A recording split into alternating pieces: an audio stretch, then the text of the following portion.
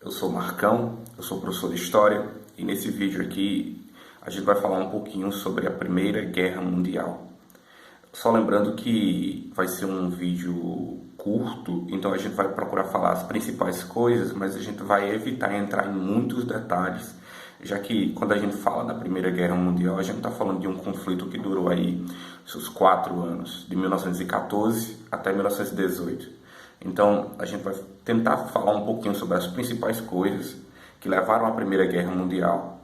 Entre elas, a gente vai falar das causas da Primeira Guerra Mundial, a gente vai falar das coisas que aconteceram, da entrada dos Estados Unidos e de como que a Primeira Guerra Mundial chegou ao fim.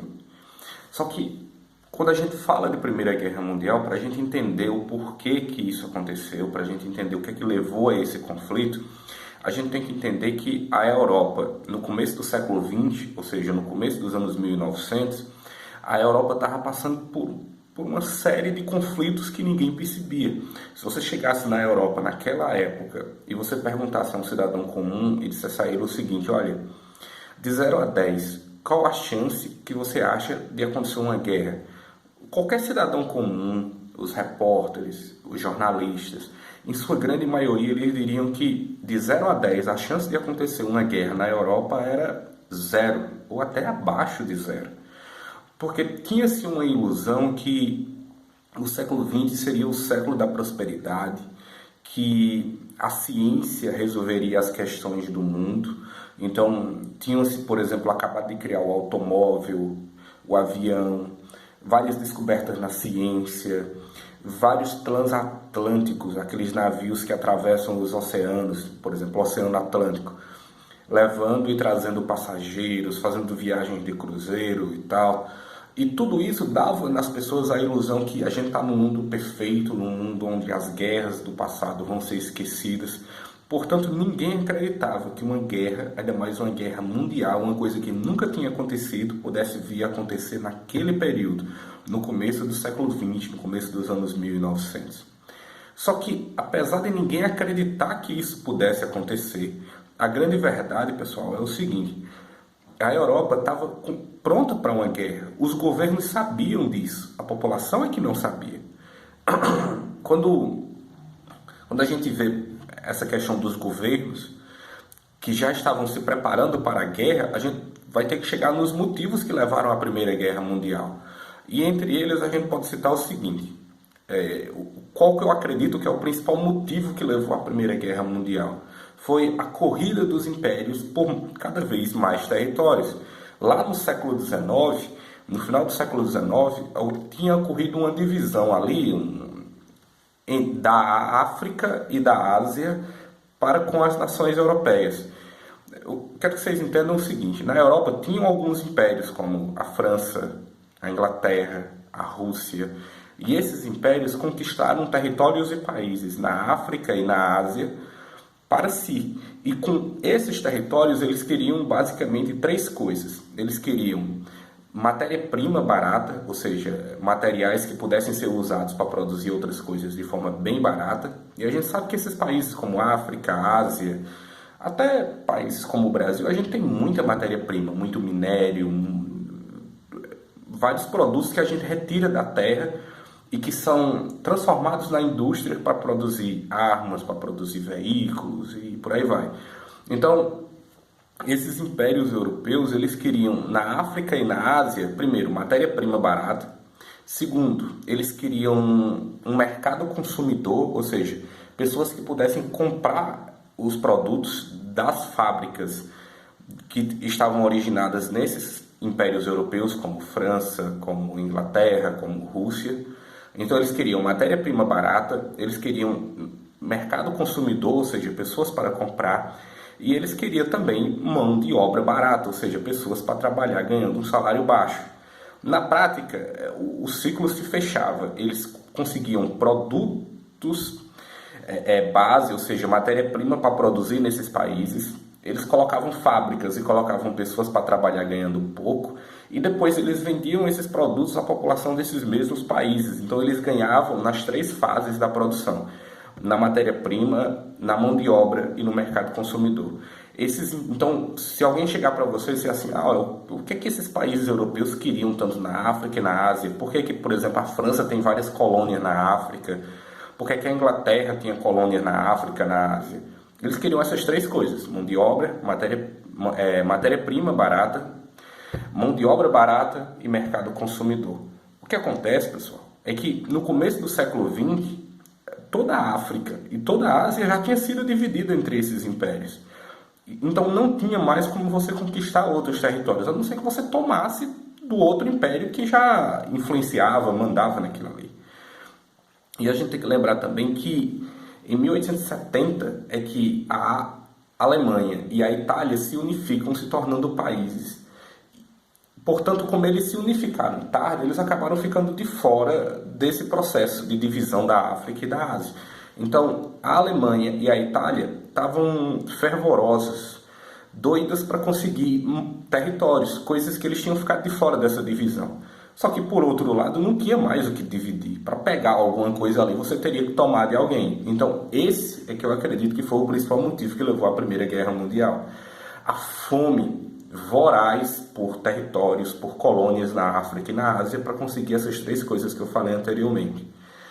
Só que, óbvio, tinha outros fatores. Por exemplo, em 1870 teve uma guerra, na Guerra de Unificação da Alemanha, a França foi inventada de se meter e perdeu a Alsácia e a Lorena para a Alemanha. Então os franceses estavam desejosos de ter uma nova guerra para se vingar dos alemães, para tomar esse território de volta. É o que os livros de história vão chamar de revanchismo francês. Era a fome francesa por uma revanche contra os alemães, já que eles tinham sido derrotados em 1870. Óbvio, teve vários outros motivos, mas quando a gente pega essa fome imperialista por territórios na África e na Ásia e a vontade dos franceses de se vingarem dos alemães, eu acredito que aqui a gente tem os principais motivos que levaram à Primeira Guerra Mundial. Outra coisa também que eu acho que é importante falar é o seguinte: quando a gente estava lá na época de 1870, que a Alemanha ganhou da França e conquistou o território de Alsácia e Lorena, que a Alemanha se unificou, que a Alemanha começou a se tornar uma grande potência, a Alemanha era liderada pelo Bismarck. E muita gente fala do Bismarck, o governante alemão, como se fosse um general, um homem da guerra, e ele era, mas o Bismarck era um brilhante estrategista. O Bismarck tinha criado uma estratégia de isolar a França. Então, o que a Alemanha do Bismarck fazia? Ela fazia acordo com vários países, onde nesses acordos ela isolava a França. O Bismarck sabia que a França tinha cheiro e estava babando por sangue no dente contra os alemães. Então, o que o Bismarck pensava? Eu isolo eles, eu faço aliança com todos os países que estão em volta da França, a França fica isolada e sozinha ela não vem para a guerra com a gente. Só que quando o Bismarck morreu, e quem ficou comandando a Alemanha nesse quesito de estratégia militar, de estratégia geopolítica, foi o rei, o imperador da França, o Guilherme. E o Guilherme, ele não tinha nem de longe a mesma estratégia que o Bismarck tinha. Toda a estratégia que o Bismarck tinha montado até o começo dos anos 1900 de isolar a França, de 1900 até 1914, foi tudo jogado para baixo. O Guilherme, internamente, ao que parece, ele desejava uma guerra, ele gostava disso, tanto que tem um célebre discurso que quando ele vai tomar posse, ele diz assim, ele discursa para o exército e ele diz que ele pertence ao exército e o exército pertence a ele. Ou seja, era um cara que parece que já queria uma guerra, queria um conflito militar. Então, a França, que antes estava isolada pelo Bismarck, agora faz uma aliança com a Inglaterra, agora faz uma aliança com a Rússia. E todas essas alianças tinham cláusulas secretas que diziam: olha, se eu for atacado no futuro, você vem comigo. Se você for atacado, eu vou te defender. Essa aliança da França com a Rússia e com a Inglaterra ficou conhecido como Tríplice Entente. Do outro lado, o Guilherme, vendo isso acontecer, ele partiu para fazer a aliança com alguns países. O que a Alemanha fez foi uma aliança com o Império Austro-Húngaro, outra aliança com o Império Turco-Otomano e uma aliança com a Itália. Então aqui a gente tem dois blocos de países que a guerra não tinha nem sequer começado, mas as alianças já estavam montadas. De um lado você tinha a Tríplice Entente, com França, Inglaterra e Rússia. Do outro lado você tinha a Tríplice Aliança, com Alemanha, Império Austro-Húngaro e Império Turco-Otomano. Tem a Itália aqui, só que a Itália ela começa do lado da Alemanha e depois ela vira para o lado da França. Então a gente nem vai falar muito da Itália por causa disso.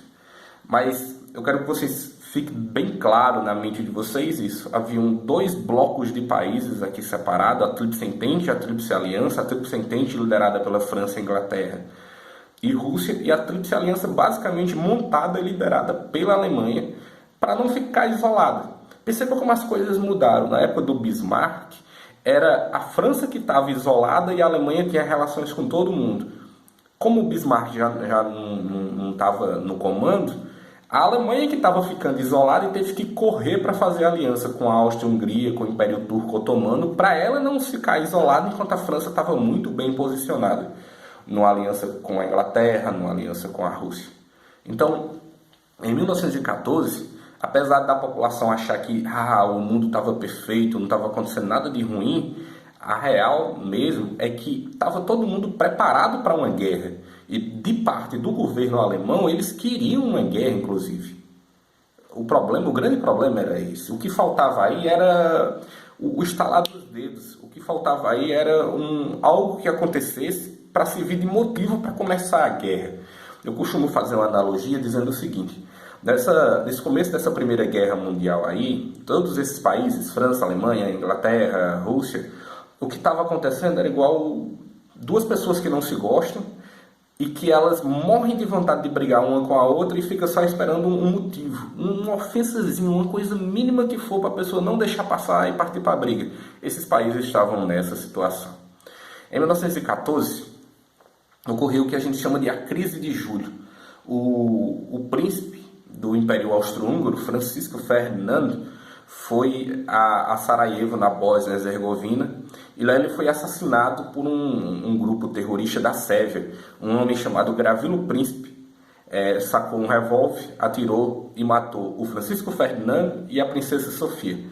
E quando o Francisco Ferdinando morreu, pronto, estava aí a chance de você começar uma guerra. A Áustria-Hungria partiu para cima da Sérvia, acusando a Sérvia de ser culpada do assassinato. A gente sabe que era um grupo terrorista, mas o governo da Sérvia em si não teve nada a ver com o assassinato. Mas ninguém queria saber da verdade, do que era real ou não.